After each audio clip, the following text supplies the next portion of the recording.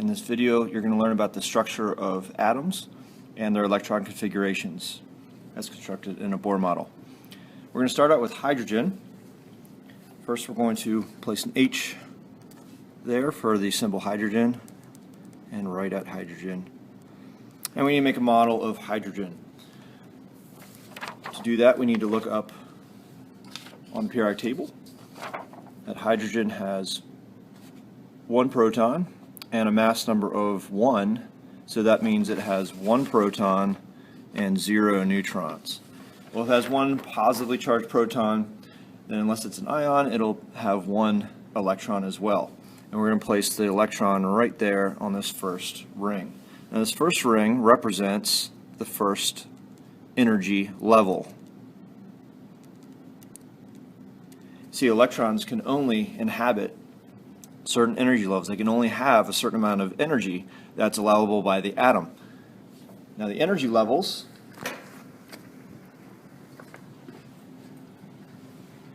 contain different shells. And in this diagram, you see different electron clouds. There are 2 electrons in each electron cloud. They have an upspin and a downspin, and that allows them to exist in the same cloud. Now this center cloud here, the spherical yellow cloud, represents the 1s shell, and the first energy level only has a single spherical s shell. The second energy level also has a spherical shell represented by that blue circle or blue sphere around the atom, around the nucleus.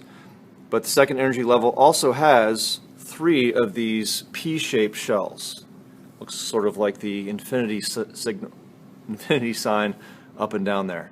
But if you can imagine it, there's one shell in the y direction, one P shell in the x direction. In the z direction going this way, there's a third shell. So that's all we're going to look at today is just the first and second energy levels. Again, the first energy level has 1 s shell. That gives it a maximum of 2 electrons that can exist in that first energy level. The second energy level, as we're going to see, has an s shell and 3 p shells.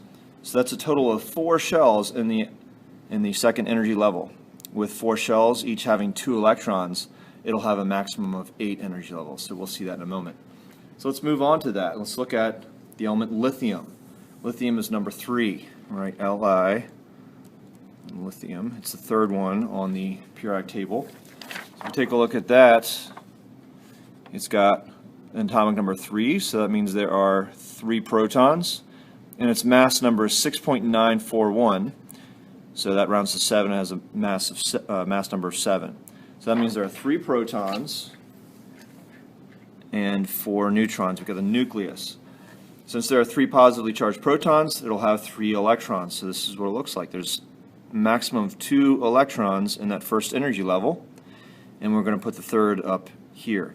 Now I am pairing those electrons together to show how they fit into those s shells, in that first s shell.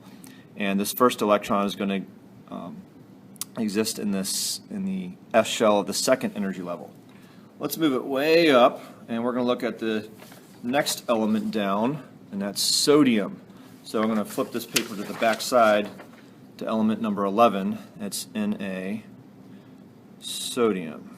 Great way to remember that one is if anyone asks you if you want some salt or some sodium on your food, being a health conscious person, you might say, nah. Gotta love it. So, sodium has 11 protons and a mass number of 23.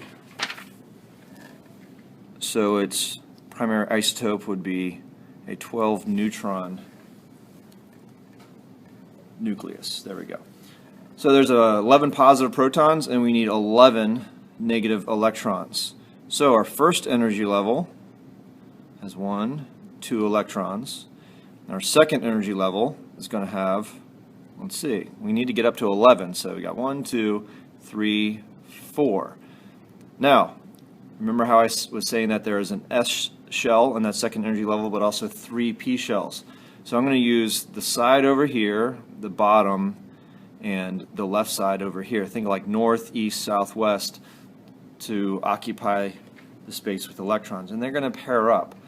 But as they pair up, as you add electrons here, once you covered the first S shell, they're going to fill first with those 2 electrons.